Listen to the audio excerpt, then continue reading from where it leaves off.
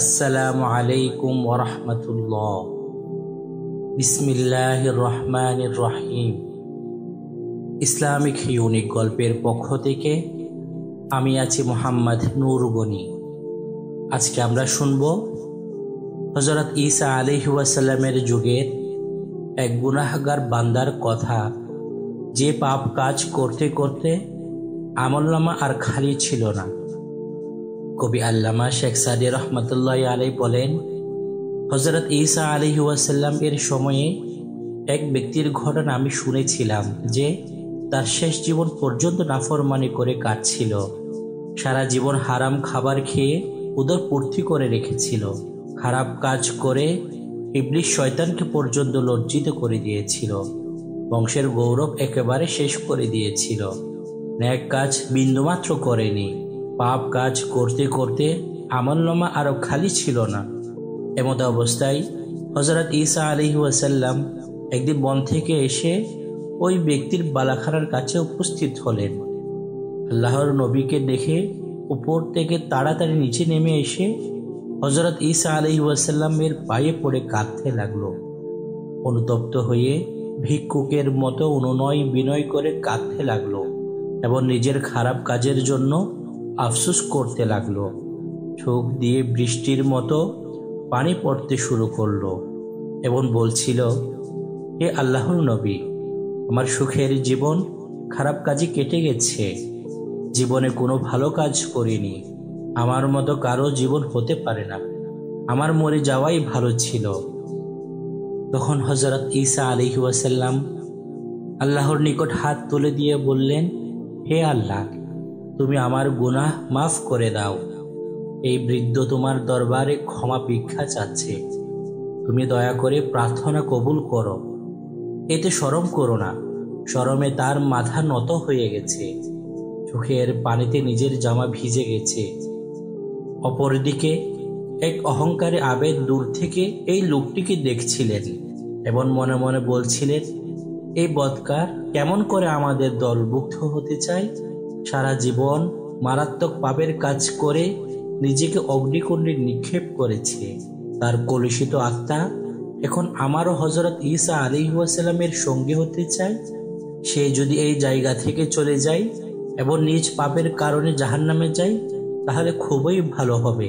আমি তার খারাপ মুখমণ্ডল দেখে ভয় পাচ্ছি।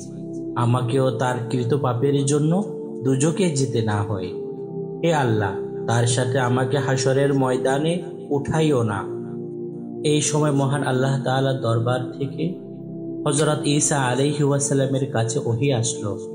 ওই অনুতপ্ত ব্যক্তি, সে আলেম হোক বা জাহেল হোক, উভয়ের দোয়া আমি কবুল করেছি।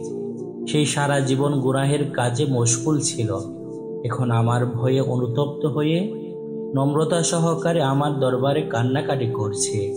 আমি তাকে হতাশ করে ফিরিয়ে দিতে পারি না। আমি তার গুনাহসমূহ ক্ষমা করে দিলাম এবং দয়া করে জান্নাতে নিয়ে যাব। আর যদি আবেদ তার সাথে জান্নাতে থাকতে লজ্জাবোধ করে, তাহলে তাকে জানিয়ে দাও, তাকে আর লজ্জাবোধ করতে হবে না। কারণ আবেদ অহংকারের কারণে দুজকে যাবে এবং বদকার বিনয়ের কারণে বেহেশতে যাবে। কেননা সে নিজের পাপের জন্য লজ্জায় অনুতপ্ত ও দুঃখে ভারাক্রান্ত হয়েছে। আবেদ ব্যক্তি নিজের ইবাদতের কারণে গর্বিত এবং গর্ব করছে। অহংকারের জন্য বেহেশত হারাম।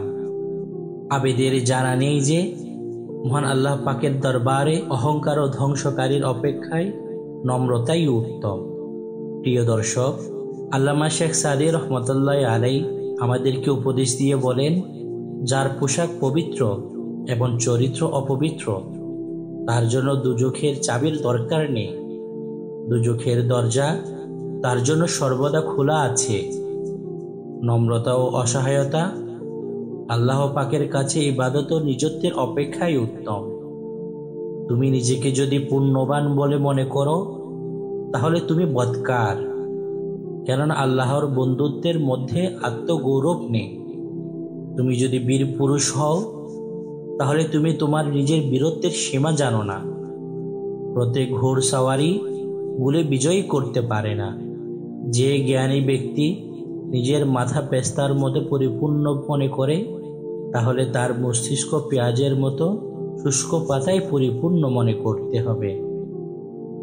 আজকে আমরা শুনব হযরত হুদ আলাইহিসসালামের যুগের সেই সাদ্দাতের কথা, যে পৃথিবীর মধ্যে একটি ভেষ তৈরি করেছিল। অনেক দিন আগের কথা। আরব দেশে সাদ নামে একটি বংশ ছিল। এ বংশের লোকদের গায়ে ছিল ভীষণ শক্তি। তারাই তখন ছিল আরব দেশে প্রবল ও প্রধান। সাদ্দাত নামে একজন বাদশা ছিল। তার ধন দৌলতের সীমা ছিল না। হাজার হাজার সিন্ধুকে ভরা ছিল মণি মুক্তা ও পান্না জহরত। ফিলখানায় ছিল লক্ষ লক্ষ হাতি, আস্তা বলে অসংখ্য ঘোড়া। সিপাহী মন্ত্রী যে কত ছিল তার লেখা জোখা ছিল না। উজির নাজির পাত্র মিত্র তার রংমহলে দিন রাত আসা যাওয়া করত।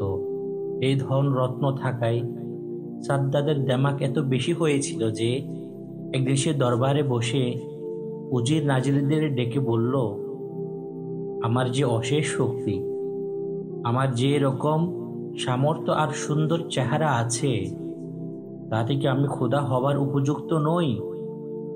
উজির নাজিররা বলল, নিশ্চয়ই। এত যার লোক লস্কার, ধন দৌলত, উজির নাজির, দালান কোঠা, হাতি ঘোড়া, তিনি যদি খোদা না হন তবে খোদা হবার উপযুক্ত এই দুনিয়ায় আর কে আছে? আপনি তো আমাদের খোদা। আরব দেশের লোকেরা সে সময় গাছ, পাথর, আগুন প্রভৃতির পূজা করত। সাদ্দাত এটার প্রতিদ্বন্দ্বী হয়ে হুকুম জারি করল, কেউ গাছ, পাথর, আগুন বা অন্য কিছুর পূজা করতে পারবে না।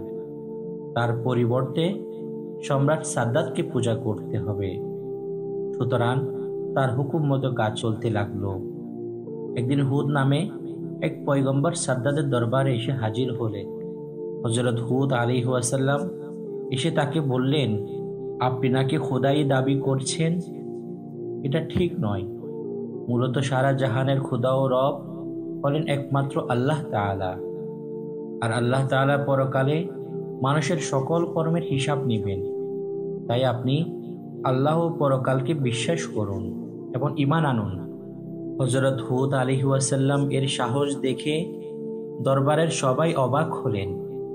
উজির নাজির, পাত্র মিত্র যার ভয়ে সর্বদা সন্ত্রস্ত, আর নাকি একজন দরবেশ তাকে উপদেশ দিচ্ছে। ক্রোধে সাদ্দাতের চোখ দুটি লাল হয়ে উঠল। বলল, ওরে ফকির, তুই কে? কোথা থেকে এসেছিস? হুদ আলাইহিসসালাম জবাব দিলেন, আমি আল্লাহর নবী। তিনি আপনার এবং এই অঞ্চলের সকল মানুষের হিদায়াতের জন্য আমাকে পাঠিয়েছেন। আপনার দেশে আমার বাস। মেঘের মতো গর্জন হুঙ্কার দিয়ে সাদ্দাত বলল, মূর্খ ফকির, তোর আল্লাহকে মানতে যাব কিসের জন্য? তোর আল্লাহ কি আমার চেয়ে বেশি সুখী? হুদ আলাইহিসসালাম জবাব দিলেন, হ্যাঁ, নিশ্চয়ই। বরং আল্লাহ তাআলার সাথে দুনিয়ার কোনো তুলনা হতে পারে না। আল্লাহ তাআলা বান্দার জন্য বেহেশত তৈরি করেছেন। ইমানদার হয়ে দুনিয়া ছেড়ে চলে গেলেই বেহেশত লাভ হবে। ঈমান না আনলে বেহেশতের অতুলনীয় শোভা, অনন্ত শান্তি, অফুরন্ত সুখ, চাঁদের মধুর আপনার ভাগ্যে জুটবে না। সাদ্দাত তখন হু হু করে হেসে বলল, এমন আজগুবি খবর ঠের ঠের শুনেছি। হুদ আলাইহিসসালাম বললেন, গল্প নয়, সত্য সত্যই আল্লাহ তাআলার এমন অপরূপ বেহেশত রয়েছে। আপনার কি তা পেতে মন চায় না? সাদ্দাত জবাব দিল, এমন আজব বেহেশত সবারই পেতে মন চায়। তাই বলে তোর আল্লাহর পায়ে আমি মাথা টুকাতে যাব কেন? আমি কি বেহেশত তৈরি করতে পারি না? নিশ্চয়ই পারি। তোর খোদার চেয়ে আমার টাকা পয়সা, লোক লস্কর ইত্যাদি কোনো কিছুর অভাব আছে নাকি? আমি দেখিয়ে দেব তোর খোদার বেহেশতের চেয়ে আমার বেহেশত কত সুন্দর হয়। সাদ্দাতের কথা শুনে হযরত হুদ আলাইহিসসালাম নিরাশ হলেন। তাকে আল্লাহর আযাবের ভয় দেখালেন, জাহান্নামের কথা শোনালেন। আরো বললেন, এত অহংকার আল্লাহ কিছুতেই বরদাস্ত করবেন না। সাদ্দাত ক্রোধে চিৎকার করে উঠল, কে আছো? এই ভিখারিকে ঘাট ধরে বের করে দাও। অপমানিত হয়ে ফিরে গেলেন হযরত হুদ আলাইহিস সালাম। অতঃপর সাদ্দাত সভাসদদেরকে বলল, হুদের আল্লাহর বেহেশতের আমার কোনো প্রয়োজন নেই। তার বেহেশতের চেয়ে বেশি সুন্দর করে আমি একটা বেহেশত তৈরি করব। সুতরাং উপযুক্ত জায়গার সন্ধান করো। অনেক খোঁজাখুঁজির পর আরব দেশের এমন একটি জায়গা সকলের পছন্দ হলো, যে জায়গাটি মোট 140 মাইল। তার মধ্যস্থলে উঁচু করে বেষ্টন করা হলো। লম্বায় 8 মাইল এবং প্রস্থে 5 মাইল। সাদ্দাত হুকুম জারি করল, রাজ্যে যে সকল মণিমুক্তা জহরত আছে তা সব এক জায়গায় জমা করা হোক। বাদশাহর হুকুমের সাথে সাথে সকলে মণিমুক্তা, হীরা মানিক, জহরত সব সেখানে জমা করল। লক্ষ লক্ষ কারিগর সেখানে কাজ করতে লাগলো। দিন রাত পরিশ্রম করে দীর্ঘ 300 বছর কাজ করে বেহেশত তৈরি করা হলো। এই বেহেশতের যে দিকে নজর দেওয়া হয় সেই দিকেই অপরূপ। চারিদিকে শ্বেত পাথরের দেওয়াল ও গাম, তাতে শিল্পীদের কারুকার্য দেখলে চোখ জড়িয়ে যায়। দেয়ালের গায়ে নানা রঙের ইয়াকুত পাথর দিয়ে এমন সুন্দর করে লতা পাতা ও ফুল তৈরি করা হয়েছে যে ভ্রমর ও মৌমাছি জীবন্ত ফুল মনে করে তার উপরে এসে বসে। রংমহলের চারিপার্শ্বে হাজার হাজার ঝাড় লুণ্ঠন চলছে, তাতে আলো বাতির প্রয়োজন হয় না। অন্ধকার রাতেও ঘরগুলো চাঁদের আলোর মতো উজ্জ্বল ও স্নিগ্ধ থাকে। মহলের নিকটেই বসবাস ঘর ও হাওয়াখানা। মণিমুক্তা খচিত শ্বেত পাথরের দ্বারা কোচ ও মেজে সজ্জিত করা হয়েছে। মেজের উপরে নানা রঙের ফুলদানি, তাতে সাজানো হয়েছে জামরুদ ও ইয়াকুত পাথরের নানা রঙের ফুলের তোড়া। তা থেকে আতার, গোলাপ, মেষ ও জাফরানের খুশবু ছুটছে। মহলের চারিপার্শ্বে বাগান, তাতে রয়েছে সোনা ও রূপার গাছ। তার পাতা, ফুল ও ফল নানা বর্ণের পাথর দ্বারা তৈরি। এমন নিপুণভাবে তৈরি হয়েছে যে ভ্রমর ও মৌমাছি যেন সত্যি সত্যি ফুলের উপর বসে মধু পান করছে। সেই ফুল ও ফল থেকে যে সৌরভ বের হচ্ছে তাতে চারিদিকে বাতাস সুরভিত হচ্ছে। এইসব গাছের নিচ দিয়ে কলকল শব্দে বয়ে চলেছে গোলাপ পানির নহর। তার পানি এত স্বচ্ছ যে মনে হয় যেন তরল মুক্তার ধারা বয়ে যাচ্ছে। সেই নহরের নিকটেই হীরা ও মণিমুক্তা দ্বারা ঘাট বাঁধানো হয়েছে। সেখানে চুনি পান্নার তৈরি শত শত সুন্দরী যেন গোসল করছে। তারপরেই নাচ কর। কোনো কোনো ঘরে ছেলে শিল্পীরা হাত নেড়ে মাথা দুলিয়ে অঙ্গভঙ্গি করে গান করছে আর বাদ্যযন্ত্র বাজছে। আবার কোনো কোনো ঘরে যেন সুন্দরী মেয়েরা তালে তালে নাচছে আর গাইছে। এরাই হলো সাদ্দাদের বেহেশতের হুর ও গিলমান। তাদের পাশে নাচছে চাঁদের মতো খুব সুরত হাজার হাজার কচি কচি বালক বালিকা। অতি সুন্দর করে বেহেশত তৈরি সমাপ্ত করে সাদ্দাতকে সংবাদ দেওয়া হলো। সে তখন তার অধীনস্থ রাজ্য সরকারদেরকে জানিয়ে দিল তারা যেন শীঘ্রই তার নিকট মিলিত হয়। সকলকে নিয়ে সাদ্দাত তার বেহেশত দেখতে যাবে। প্রজাদেরকে তখন আনন্দ উৎসব করার হুকুম দেওয়া হলো। বাদশাহের হুকুমে তারা আনন্দে নাচ গান করতে লাগলো।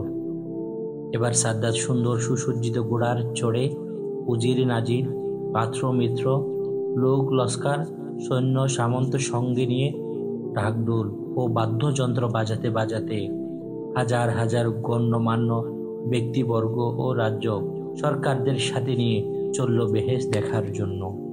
দূর থেকে নজর পড়ল বেহেশতের একটি অংশ। এত জমকালো যে চোখ জ্বলসে যেতে লাগলো। সাদ্দাতের আনন্দ যেন ধরে না। আনন্দ চিৎকার করে উঠল, ওই যে আমার বেহেশত। ওই বেহেশতের সিংহাসনে আমি খোদা হয়ে বসবো, আর তোমরা হবে আমার ফেরেশতা। সব হুর গেলমান তখন হাত পা নাড়িয়ে নাচবে, কতই না মজা হবে। তারা সেই বেহেশতের দরজার সামনে এসে হাজির হলো। সাদ্দাত সকলের অগ্রভাগে। সে বেহেশতের দ্বার দেশে এসে অপূর্ব রূপবান একটি যুবক দেখতে পেল। তার সুন্দর চেহারা দেখে খুশি হয়ে তাকে বলল, তুমি এই বেহেশতের দারোয়ান নাকি? যুবক উত্তর দিল, আমি মালাকুল মউত। সাদ্দাত চমকে উঠে বলল, তার মানে? যুবক বলল, আমি আজরাইল। মহান আল্লাহ তোমার প্রাণ বের করে নিতে আমাকে পাঠিয়েছে। সাদ্দাত ক্রোধে উদ্যত হয়ে উঠল, চিৎকার করে বলল, সাবধান, আমার সাথে তামাশা করছো? কে আছিস? বলে অন্যের প্রতীক্ষা না করে নিজেই খাপ থেকে তরবারি বের করে যুবককে হত্যা করতে অগ্রসর হলো। কিন্তু কি আশ্চর্য, তার হাত উঁচু হয়ে রইল। উত্তেজনায় শরীর থেকে দর দর করে ঘাম বের হতে লাগলো। চিৎকার করে বলল, হে সৈন্যগণ, এই দুষ্টুকে মাটিতে পুঁতে ফেল। যুবক কট্টর হাসি হেসে বলল, কই তোমার সৈন্য সামন্ত, লোক লস্কার? সবাই একেবারে নিশ্চিহ্ন হয়ে গেছে। সে এদিক ওদিক তাকিয়ে দেখল সত্যি সব শেষ হয়ে গেছে। তখন সে ভয়ে কাঁপতে লাগলো। অতঃপর ভীত কণ্ঠে বলল, সত্যি তুমি আজরাইল? যুবক বললেন, হ্যাঁ। আর দেরি করার সময় আমার হাতে নেই, এখানেই তোর জান আমি নিব। সাদ্দাত শিশুর মতো নিঃসঙ্গতার ভারে কেঁদে উঠল। মিনতি করে বলল, ভাই আজরাইল, আমায় একটু সময় দাও। অনেক সাধ করে আমি বেহেশত তৈরি করেছি, একবার আমায় তা দেখতে দাও। এই বলে সে ঘোড়া থেকে নামার চেষ্টা করল। মেঘের মতো গর্জন করে আজরাইল আলাইহিস সালাম বললেন, খবরদার, এক পাও এগিয়ে আসার ক্ষমতা তোর নেই। সাদ্দাত হাওমাও করে কাঁদতে লাগলো। সে অবস্থায় আজরাইল আলাইহিস সালাম তার জান বের করে নিলেন। অতঃপর হঠাৎ একটা আওয়াজ হলো। এই আওয়াজের সাথে সাথে সাদ্দাতের অতি স্বাদের বেহেশত, লোক লস্কার, উজির নাজির, পাত্র মিত্র সব কিছু চোখের পলকে মাটির মধ্যে বিলুপ্ত হয়ে গেল। দুনিয়ার উপরে আর কোনো চিহ্ন রইল না। শুধু চিরদিনের মতো মানুষের মনে অঙ্কিত হয়ে রইল অহংকারের শাস্তি যে কত ভয়ঙ্কর সে কথা। প্রিয় দর্শক, তাই আমাদের কখনোই উচিত নয় আমরা অহংকার করা, হিংসা করা, লোভ করা, এগুলো আমাদের কখনোই প্রয়োজন নয়। আল্লাহ যেন আমাদের সকলকে হেফাজত করেন। আজকে আমরা শুনব ছোট্ট একটি বালকের ইনসাফের কথা। কোনো এক বাদশাহ কঠিন রোগে আক্রান্ত হয়ে পড়েছিলেন। তার চিকিৎসার কথা উল্লেখ না করাই ভালো। ইউনান দেশীয় বিজ্ঞ ডাক্তারগণ একত্র হয়ে একমত হয়েছিল যে এই রোগের কোনো ঔষধ নেই, কিন্তু মানুষের পিত্ত তার বিশেষ বিশেষ গুণাবলী বর্ণনা সহ ব্যবস্থা করা হলো। বহু তালাশ করার পর এক গ্রাম্য বালককে পাওয়া গেল। যে রকম ভাবে ডাক্তারগণ বর্ণনা করেছিলেন ঠিক সেরকম গুণেরই বালক ছিল। বালকের মাতা পিতাকে ডেকে অনেক উপহার ও টাকা পয়সা দিয়ে সন্তুষ্ট করল এবং কাজের কাছ থেকে হুকুম নেওয়া হলো যে প্রজাদের একজনকে হত্যা করে বাদশাহর প্রাণ রক্ষা করা অবশ্যই বৈধ। তারপর জল্লাদ গর্দান কাটতে সামনে অগ্রসর হলো। তখন বালক আকাশের দিকে নজর করে একটু মুচকি হেসে উঠল। বাদশাহ বালকের মুখে হাসি দেখে জিজ্ঞেস করল, হে বালক, তোমার এমন সময় হাসি পেল কেন? তখন বালক বলল, বালকদের আবদার তার পিতামাতার কাছে পূর্ণ হয়, কাজীর কাছে নেই বিচারের প্রার্থী হয় এবং বাদশাহর কাছে লোকে ইনসাফের জন্য হাত জোর করে। এখন মাতা পিতা সামান্য সম্পদের লোভে আমাকে হত্যা করতে ছেড়ে দিয়েছে। কাজী সাহেব আমাকে হত্যা করার জন্য অনুমতি দিয়েছে এবং বাদশাহ নিজে বেঁচে থাকার জন্য আমাকে হত্যা করা পছন্দ করেছেন। এই সময় আল্লাহ পাক ছাড়া আমার আর আশ্রয়দাতা আর কেউই নেই। হে আল্লাহ, তুমি ছাড়া অন্য কারোর সামনে আমি প্রার্থনা করব এবং তোমার হাত ছাড়া কার কাছে আমি ইনসাফ চাইব? বালকের এমন কথাই বাদশা ভয় পেলেন এবং অশ্রু ভেজা চোখে বললেন, আমার মৃত্যু অধিকতর উত্তম এই নিষ্পাপ বালককে হত্যা করার চেয়ে। বাদশা বালকের চোখে মুখে চুম্বন করে তাকে ছেড়ে দিলেন এবং অনেক ধন সম্পদ দিয়ে বিদায় দিলেন। বলা হয়েছে যে বাদশা সেই সপ্তাহে রোগ থেকে সম্পূর্ণ মুক্তি পেলেন। সুবহানাল্লাহ। প্রিয় দর্শক, এই গল্পের মাধ্যমে আমরা এটি শিক্ষা পেলাম যে এই পৃথিবীর মধ্যে আমাদের কেউ থাকুক অথবা নাই বা থাকুক, কিন্তু আল্লাহ তাআলা সদা সর্বদা আমাদের সাথেই আছেন। আর এই পৃথিবীর দরবারে যদি আমাদের কোথাও ইনসাফ নাও পাই, তাহলে অবশ্যই আমাদের এটি বিশ্বাস রাখতে হবে যে আমরা আল্লাহ তাআলার দরবারে অবশ্যই ইনসাফ পাব। আজকে আমরা শুনব কিয়ামতের ময়দানে একজন সত্যিকারের গরিবের কথা।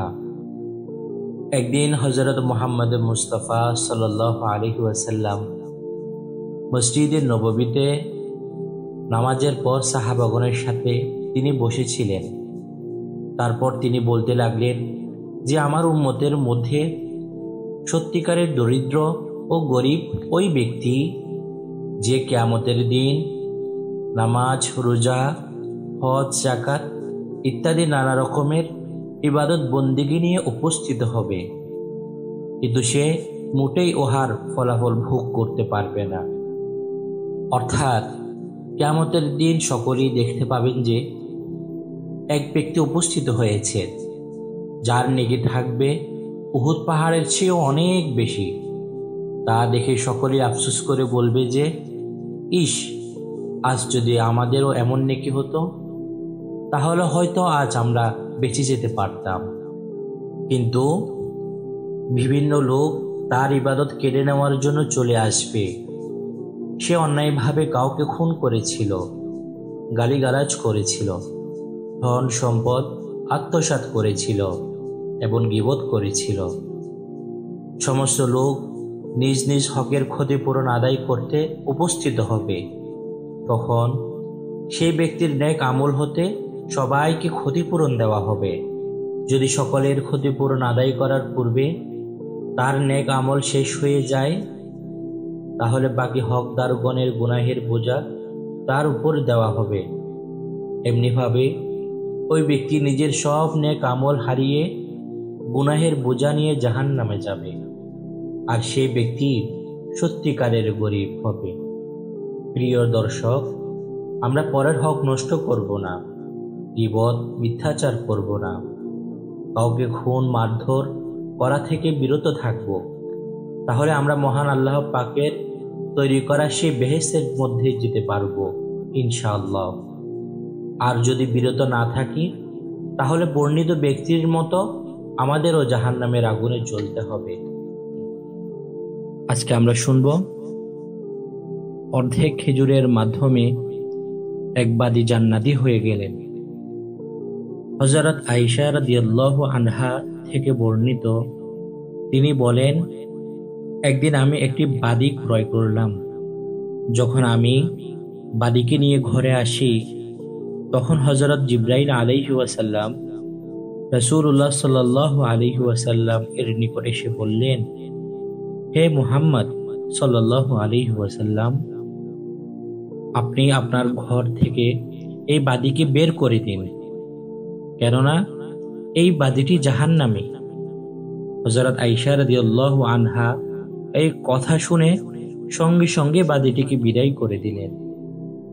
বিদায়ের সময় হযরত আয়েশা রাদিয়াল্লাহু আনহা এই বাদীটির হাতে একটি খেজুর তুলে দিলেন। বাদীটি খেজুর খেয়ে পথ চলতে চলতে এক ভিক্ষুকের সাথে সাক্ষাৎ হলো। ভিক্ষুক লোকটি বাদীর কাছে ভিক্ষা চাইল। বাদী তার অর্ধভক্ষিত খেজুর ভিক্ষুককে দিয়ে দিল।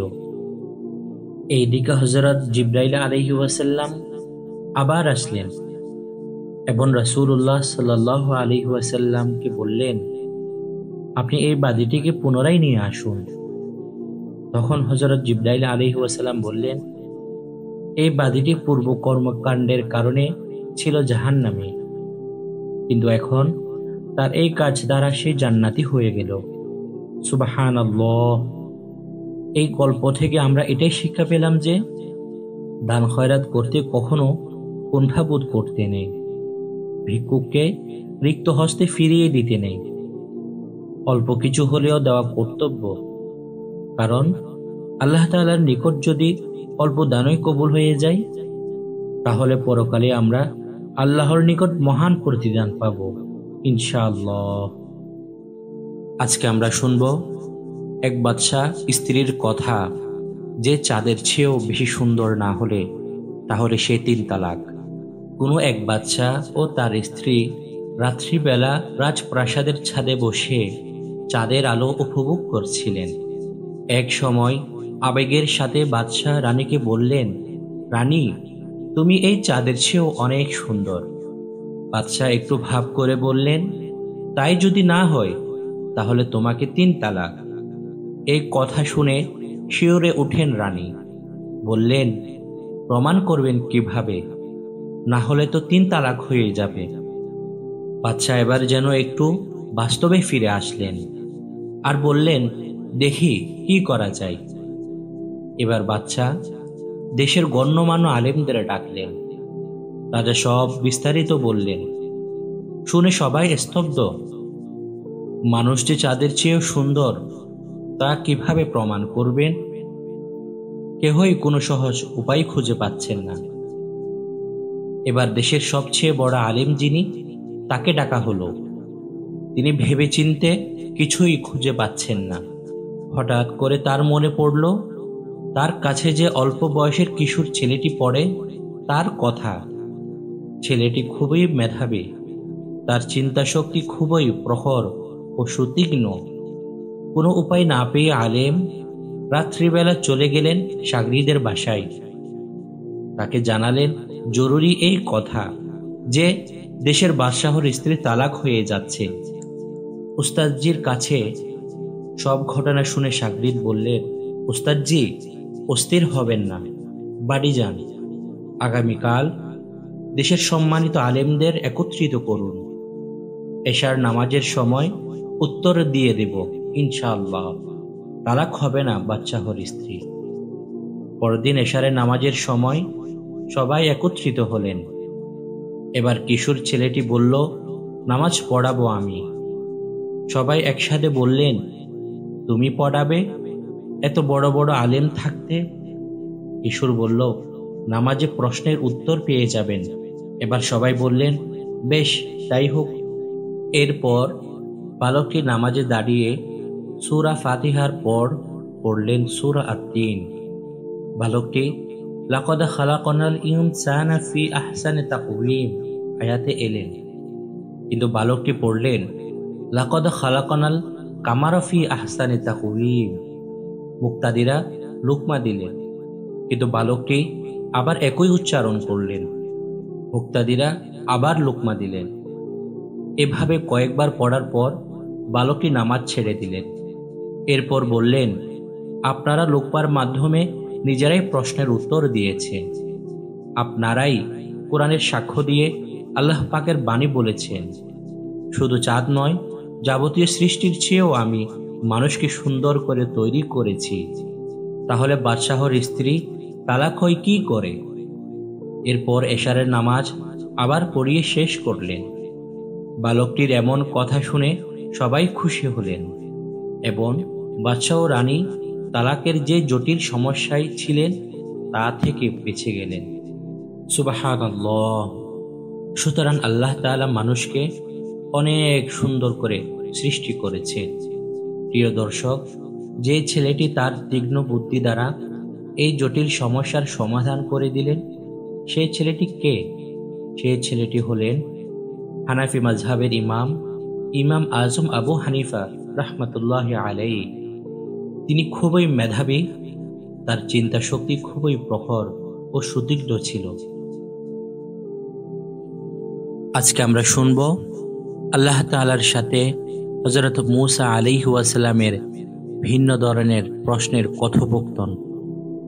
একদিন হযরত মূসা আলাইহিস সালাম আল্লাহর নিকট চুপি চুপি করে বললেন, হে আল্লাহ, তোমার চেহারা কোন দিকে, উত্তরে না দক্ষিণে, যাতে করে আমি ওইদিকে মুখ করে তোমার ইবাদত করতে পারি? আল্লাহ তাআলা হযরত মূসা আলাইহিস সালাম এর নিকট ওহী পাঠালেন, হে মূসা, তুমি আগুন জ্বালাও, এরপর এর চতুর্পার্শ্বে চক্কর লাগাও এবং দেখো আগুনের মুখ কোন দিকে। তারপর হযরত মূসা আলাইহিস সালাম আগুন জ্বালিয়ে তার চতুর্পার্শ্বে চক্কর লাগিয়ে দেখছে যে আগুনের আলো চতুর্পার্শ্বে একই রকমের। তখন সে আল্লাহর নিকট আরজ করল, হে আল্লাহ, আমি চতুর্পার্শ্বে আগুনের মুখ একই রকম দেখেছি। আল্লাহ তাআলা বলেন, হে মূসা, আমারও উদাহরণ একই রকম। হযরত মূসা আলাইহিস সালাম বলল, হে আল্লাহ, তুমি কি ঘুমাও না? তখন আল্লাহ তাআলা তার প্রতি ওহী পাঠালেন, হে মূসা, পানি ভরপুর একটি বাটি তোমার উভয় হাতে রেখে আমার সামনে দাঁড়াও এবং তন্দ্রাস্ত হবে না। হযরত মূসা আলাইহিস সালাম তাই করল। আল্লাহ তাকে সামান্য তন্দ্রা দিলেন, সাথে সাথে পেয়ালা হাত থেকে পড়ে গিয়ে ভেঙে গেল এবং পানিও পড়ে গেল। হযরত মূসা আলাইহিস সালাম আওয়াজ করে উঠল এবং ঘাবড়িয়ে গেল। অতঃপর আল্লাহ তাআলা বললেন, হে মূসা, আমি যদি চোখের এক পলক ঘুমিয়ে যাই, তাহলে এই আকাশ ও জমিন ধ্বংস হয়ে যাবে, যেমনি ভাবে তোমার পেয়ালা মাটিতে পড়ে ভেঙে গেল। এই দিকে লক্ষ্য করে আল্লাহ তাআলা কোরআনে আয়াত নাজিল করেছেন, ইন্নাল্লাহা ইউমসিকুস সামাওয়াতি ওয়াল আরদা আন তাজুলা ওয়ালা ইন জালাতা ইন আমসাকাহুমা মিন আহাদিম মিন বা'দিহি ইন্নাহু কানা হালিমান গফুরা। অর্থাৎ, নিশ্চয়ই আল্লাহ তাআলা আসমান সমূহ ও জমিনকে ধরে রাখেন যাতে এগুলো স্থানচ্যুত না হয়, আর যদি এগুলো স্থানচ্যুত হয় তাহলে তিনি ছাড়া আর কে আছে যে এগুলোকে ধরে রাখবে? নিশ্চয় তিনি পরম সহনশীল, অতিশয় ক্ষমাপরায়ণ। হযরত মূসা আলাইহিস সালাম বলল, হে আমার প্রভু, তুমি কেন সৃষ্টিকে সৃষ্টি করেছ? তোমার তো তাদের কোনো প্রয়োজন নেই। আল্লাহ তাআলা বললেন, আমি এদেরকে এই জন্য সৃষ্টি করেছি যাতে তারা আমাকে চিনতে পারে, আমার নিকট তাদের প্রয়োজনের কথা ব্যক্ত করে, আর আমি তাদের প্রয়োজন মিটাবো, আর আমার নাফরমানির পর ক্ষমা প্রার্থনা করে, আর আমি তাদেরকে ক্ষমার ঘোষণা দেব। মূসা আলাইহিস সালাম বললেন, হে প্রভু, তুমি কি এমন কোনো জিনিস সৃষ্টি করেছ যা শুধু তোমারই ইবাদতে মগ্ন থাকে? আল্লাহ তাআলা বললেন, হ্যাঁ, মুমিনের অন্তর যা একনিষ্ঠভাবে শুধু আমারই কথা স্মরণ করে। মূসা আলাইহিস সালাম বলল, হে আল্লাহ, এই কেমন করে? আল্লাহ তাআলা মূসা আলাইহিস সালামকে বললেন, যখন মুমিন বান্দা আমাকে ভুলতে পারে না, তখন তার অন্তর আমার স্মরণে ব্যস্ত থাকে, আর আমার বড়ত্ব তাকে ঘিরে রাখে, আর সে আমাকে স্মরণ করে, আর আমি তার সাথী হয়ে যাই। সুবহানাল্লাহ। সুতরাং আমাদের সকলকে অবশ্যই একজন খাঁটি মুমিন ব্যক্তি হতে হবে, তাহলে আমাদের অন্তরের মধ্যে সব সময় আমরা আল্লাহ তাআলার স্মরণের মধ্যে নিজেদেরকে ব্যস্ত রাখতে পারব ইনশাআল্লাহ। আজকে আমরা শুনব এক যুবকের মনের কথা, যে রাসূলুল্লাহ সাল্লাল্লাহু আলাইহি ওয়াসাল্লামের কাছে জিনা করার জন্য অনুমতি খুঁজেছিলেন। একদিন রাসূলুল্লাহ সাল্লাল্লাহু আলাইহি ওয়াসাল্লাম মসজিদে নববীতে নামাজের পর সাহাবাগণের সাথে তিনি বসেছিলেন। ইতিমধ্যে এক যুবক রাসূলুল্লাহ সাল্লাল্লাহু আলাইহি ওয়াসাল্লামের সামনে এসে বসল এবং সে বলল, হে আল্লাহর রাসূল সাল্লাল্লাহু আলাইহি ওয়াসাল্লাম, আমাকে জিনা করার জন্য আপনি অনুমতি দিন। সেখানে উপস্থিত সাহাবাগণ যখন যুবকের এমন কথা শুনল, তখন তারা অত্যন্ত অসন্তুষ্ট হল এবং রাগে তাদের রক্ত গরম হয়ে গেল। তখন আল্লাহর রাসূল সাল্লাল্লাহু আলাইহি ওয়াসাল্লাম সাহাবাগণকে শান্ত হয়ে বসতে বললেন, আর ওই যুবককে কাছে ডেকে বললেন, বলো তুমি কি চাও? তখন যুবক বলল, হে আল্লাহর রাসূল সাল্লাল্লাহু আলাইহি ওয়াসাল্লাম, আমাকে জিনা করার জন্য আপনি অনুমতি দিন। রাসূল সাল্লাল্লাহু আলাইহি ওয়াসাল্লাম বললেন, হে যুবক, তুমি যে কাজের অনুমতি চাচ্ছ, তুমি কি চাইবে যে তোমার মায়ের সাথেও একই কাজ করা হোক? তখন যুবক বলল, কুরবান হোক হে আল্লাহর রাসূল সাল্লাল্লাহু আলাইহি ওয়াসাল্লাম, কিছুতেই নয়। তারপর রাসূলুল্লাহ সাল্লাল্লাহু আলাইহি ওয়াসাল্লাম তাকে বলল, তুমি কি চাও তুমি নিজের বোনের সাথে একই কাজ করতে? এমনিভাবে তিনি নিজের চাচি ফুফুর কথাও বললেন। তখন যুবক প্রত্যেকের উত্তরে বলল, কুরবান হোক, কখনোই নয়। অতঃপর নবী করিম সাল্লাল্লাহু আলাইহি ওয়াসাল্লাম বললেন, এমনিভাবে কোনো ব্যক্তি এটাকে মেনে নিবে না, কেননা যে মেয়ের সাথেই জিনা করা হবে সেও কারো মা, কারো বোন, মেয়ে, চাচি, ফুফু অথবা খালাও হতে পারে। এরপর ওই যুবক বলল, হে আল্লাহর রাসূল সাল্লাল্লাহু আলাইহি ওয়াসাল্লাম, আমার জন্য দোয়া করুন। তখন রাসূলুল্লাহ সাল্লাল্লাহু আলাইহি ওয়াসাল্লাম তার বুকে হাত রেখে তার জন্য 3টি দোয়া করলেন। আল্লাহুম্মা গফির তানবাহু ওয়া তাহহার কলবাহু ওয়া হাসান ফারজাহু। হে আল্লাহ, তাকে ক্ষমা করো, তার অন্তর পাক করো, তার লজ্জাস্থানকে সংরক্ষণ করো। বর্ণনাকারী বলেন, ফালাম ইয়াকুন বা'দা যালিকা আল-ফাতা ইয়ালতাফিতু ইলা শাইইন। অতঃপর ওই যুবক কোনো খারাপের প্রতি কখনোই দৃষ্টি দেয়নি। যুবকের বর্ণনা, এরপরে আমি রাসূলুল্লাহ সাল্লাল্লাহু আলাইহি ওয়াসাল্লাম এর নিকট থেকে এমনভাবে বের হলাম যে পৃথিবীর বুকে আমার নিকট রাসূলের চেয়ে অন্য কেউ অধিক প্রিয় ছিল না। সুবহানাল্লাহ। রাসূল সাল্লাল্লাহু আলাইহি ওয়াসাল্লাম এই শিক্ষার মাধ্যমে আমাদেরকে এটি শিক্ষা দিয়েছেন যে যখনই আমাদের মনের মধ্যে কোনো খারাপ কাজের উদয় হবে, তখন আমরা অবশ্যই এই দোয়াটি বারবার পাঠ করব। আল্লাহুম্মা গফির যানবাহু ওয়া তাহহার কলবাহু ওয়া হাসান ফারজাহু। এই দোয়াটি আমরা যত বেশি বেশি পাঠ করব, তখন আমাদের মনের মধ্যে যে খারাপ কাজের উদয় হয়েছে তা অবশ্যই চলে যাবে ইনশাআল্লাহ। আজকে আমরা শুনব এক রাখালের তাকওয়া সম্পর্কে। হযরত আব্দুল্লাহ বিন ওমর রাদিয়াল্লাহু আনহু, ওনার একজন গোলাম ছিলেন যার নাম ছিল নাফে। তিনি বর্ণনা করেন যে একদা আব্দুল্লাহ বিন ওমর রাদিয়াল্লাহু আনহু মদিনার উপকণ্ঠে বের হলেন। তখন তার সাথে তার কিছু সাথীরাও ছিল। সাথীরা খাবারের জন্য দস্তরখানা বিছালো। তখনই ওই দিক দিয়ে এক রাখাল অতিক্রম করছিল। ইবনে ওমর রাদিয়াল্লাহু আনহু তাকে বলল, হালুম্মা ইয়া রাঈ, হালুম্মা ফাআসিব মান হাযিহি সুফরাতি। হে রাখাল, এসো আমাদের সাথে বসে তুমিও কিছু খাও, পান করো। রাখাল বলল, ইন্নী সাইমুন, আমি রোজাদার।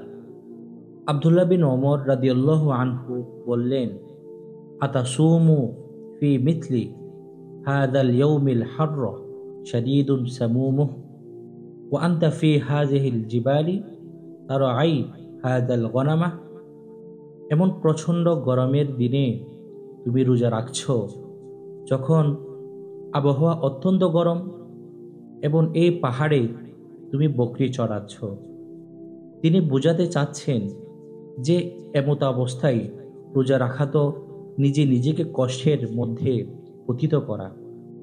তার উত্তরে তিনি বললেন, হ্যাঁ, আমি ওই শূন্য দিনের প্রস্তুতি নিচ্ছি যখন আমল করার কোনো সুযোগ থাকবে না, তাই এই জীবনে আমল করছি।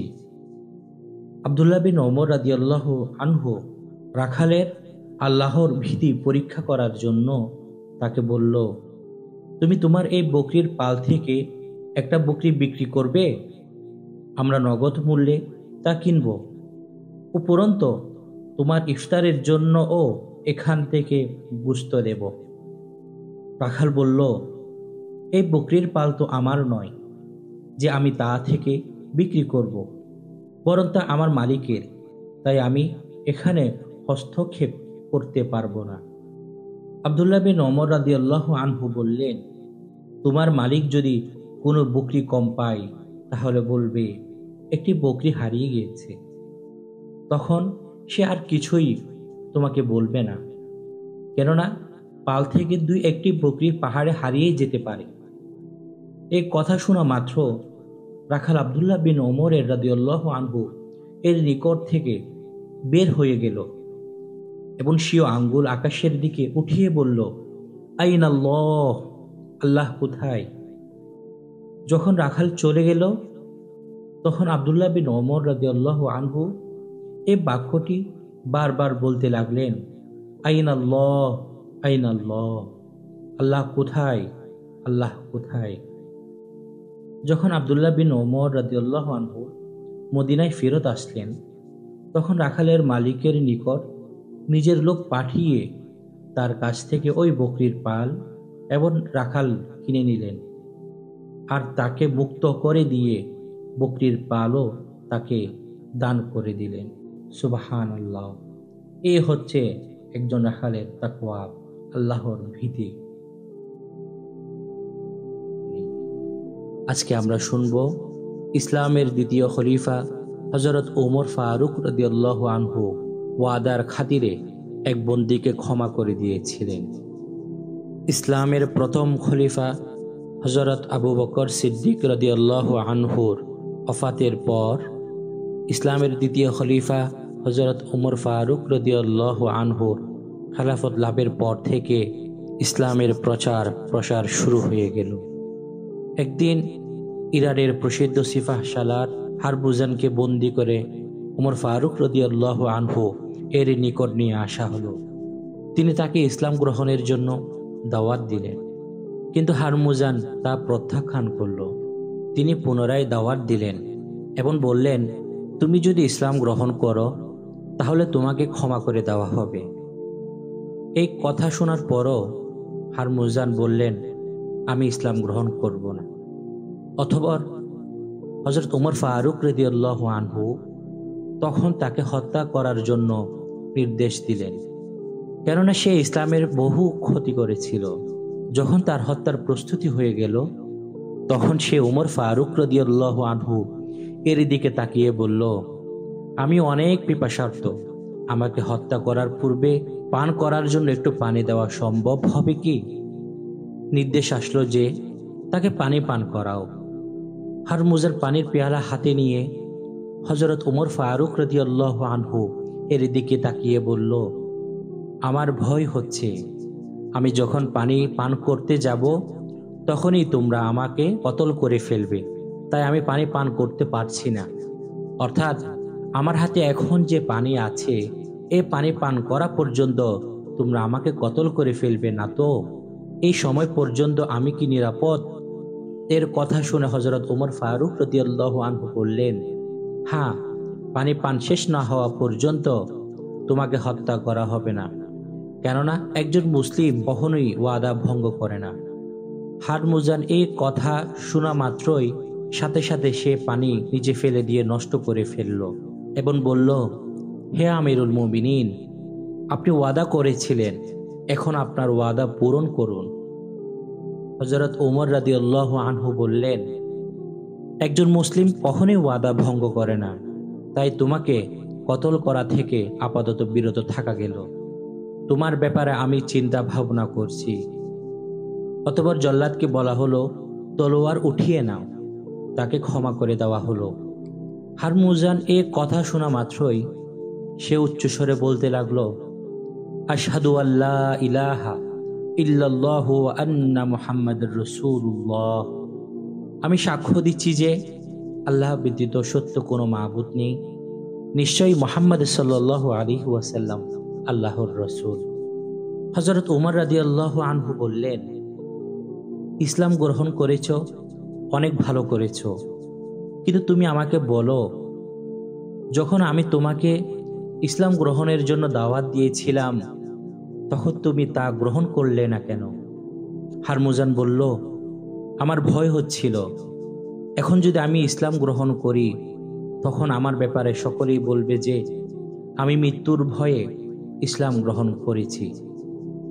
এই কথা শুনে হযরত ওমর ফারুক রাদিয়াল্লাহু আনহু বললেন, আকুলু ফারিসা তাজিনুল জিবাল। পারস্যবাসীদের জ্ঞান পাহাড় তুল্য, অর্থাৎ তারা অত্যন্ত জ্ঞানবান, তাদের জ্ঞান পাহাড় তুল্য। সুবহানাল্লাহ। এই হচ্ছে ইসলামের সুন্দর আদর্শ। একজন মুসলিম কখনোই তার ওয়াদা ভঙ্গ করতে পারে না। তাই আমরা যখন কোনো ওয়াদা করব, অবশ্যই আমরা ওয়াদা পালন করব ইনশাআল্লাহ।